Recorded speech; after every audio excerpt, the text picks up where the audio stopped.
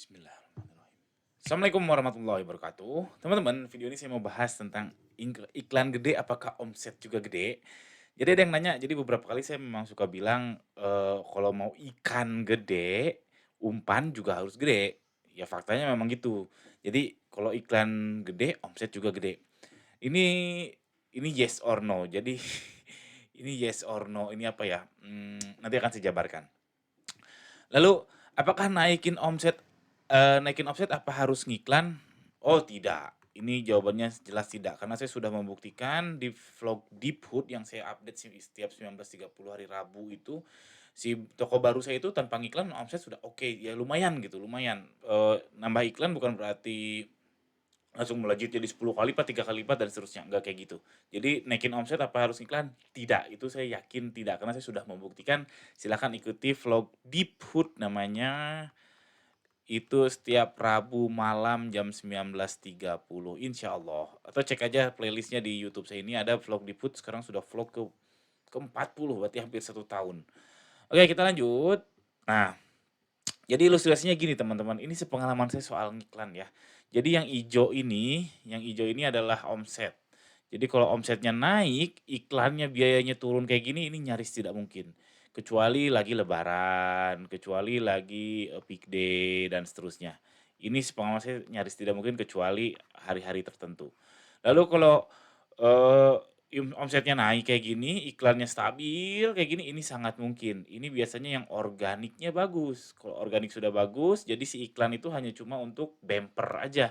Jadi iklan untuk menjaga agar supaya si algoritma tetap suka, menjaga agar, apa ya, agar masuk pencarian aja, tapi sebenarnya organiknya sudah bagus, jadi organik lebih bagus daripada iklan. Ini saya mengalaminya beberapa kali, beberapa waktu, sering saya mengalami hal seperti ini. Nah, faktanya secara umum itu kurang lebih kayak gini, kalau omsetnya mau naik, iklan juga memang harus naik, tapi naiknya iklan itu seperti ini, teman-teman. Jadi naiknya eksponensial, omsetnya nggak naik eksponensial, sehingga ada titik potong ini yang sehingga kita bisa boncos parah. Ini boncos parah ya, kenapa parah? Karena biaya iklan sudah menyamai omset alias ROAS-nya 1 kali 1 atau 1 kali. Itu boncos parah karena kan belum biaya lain-lain, biaya HPP, biaya, marketing, biaya, gaji, operasional dan sebagainya. Jadi di antara omset dan iklan ini adalah margin kita yang di situ ada HPP, ada operasional dan seterusnya. Makanya penting sekali memantau iklan, kalau saran saya itu setiap seminggu sekali semua iklan tuh dipantau agar menjaga si margin ini tetap sehat. Ketika dia sudah mau boncos atau mau "kebakaran" dalam tanda kutip, itu berarti harus ada sesuatu yang dilakukan. Oke, jadi umumnya itu seperti ini. Jadi jawabannya apakah naikin, iklan omset juga naik? Yes, betul, tapi Anda harus bisa jago jugglingnya. Anda harus tahu waktu kapan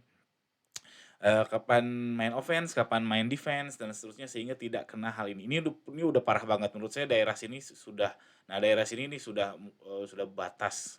Misalkan ROAS-nya di sini itu adalah ROAS 10 kali, misalkan ini sudah batas. Tapi kalau masih daerah sini itu masih aman. Ini ilustrasi aja, mudah-mudahan teman-teman bisa memahami, kalau kurang-kurang paham tolong diulang-ulang aja. Lalu fakta, kata Shopee itu rata-rata kenaikan Shopee iklanku itu, penjual dapat plus 50% dari omset.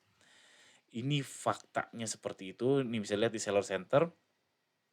Di sini tertulis, "Ingin meningkatkan penjualanmu bla bla bla, coba iklan Shopee penjual bla bla bla mendapatkan 50% lebih banyak penjualan," alias omset.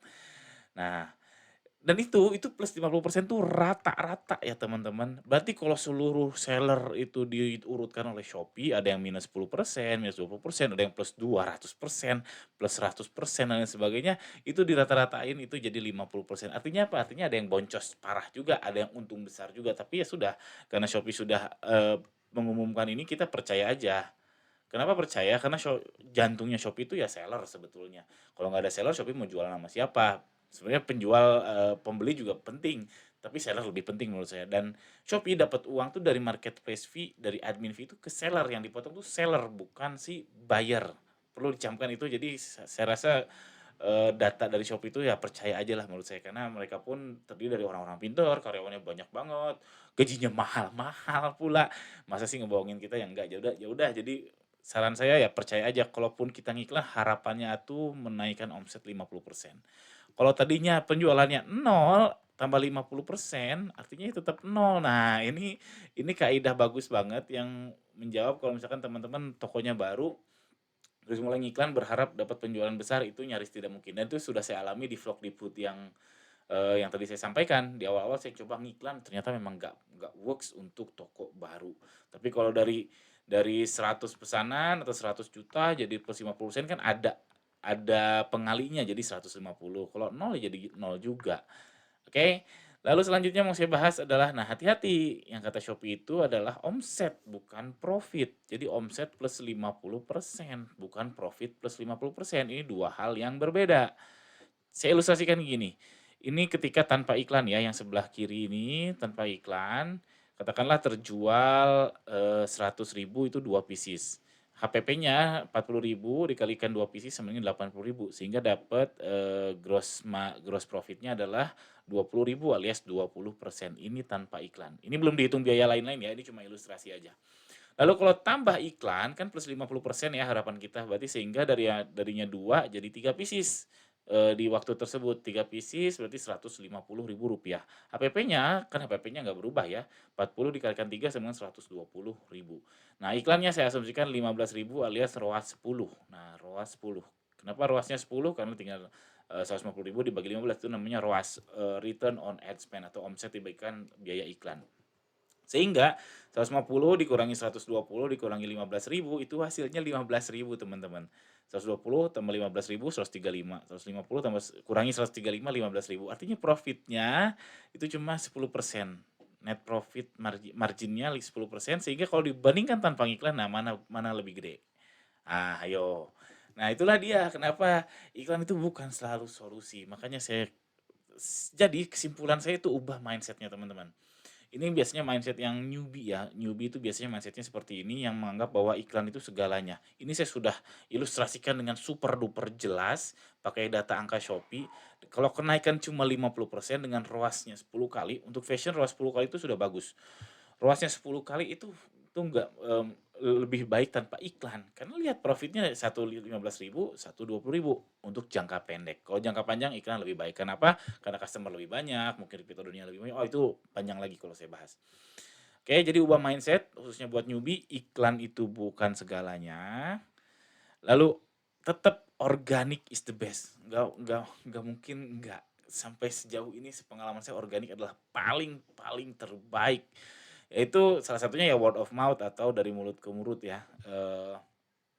Jadi dari mulut ke mulut itu apa, eee, marketing yang sangat-sangat efektif sampai detik ini. Padahal udah zaman milenial, udah pandemi, udah krisis berkali-kali, word of mouth masih terbaik. Lalu ada repeat order, lalu SEO, ini adalah salah satu contoh organik dan ini masih lebih baik daripada iklan. Tapi memang susah, organik itu susah ngebangunnya nggak instan. Makanya buat teman-teman newbie, iklan bukan segalanya dan kita bangun organiknya pelan-pelan, pelan-pelan, pelan-pelan. Nggak bisa langsung pertama hari ini buka toko, besok langsung laris manis ngalahin yang lain, nggak mungkin. Oke itu aja jadi video ini cuma untuk mengubah mindset sebetulnya sudah berulang-ulang sih saya ngebahas hal ini tapi share di video-video yang lain, ini saya coba satukan jadi kalau next ada yang nanya lagi untuk newbie iklan seperti apa jawabannya adalah video ini. Sekian aja, jangan lupa subscribe silahkan tuliskan di kolom komentar di bawah, pertanyaan atau komentar atau pengalaman Anda seperti apa tuliskan saja di kolom komentar di bawah. Sekian assalamualaikum warahmatullahi wabarakatuh.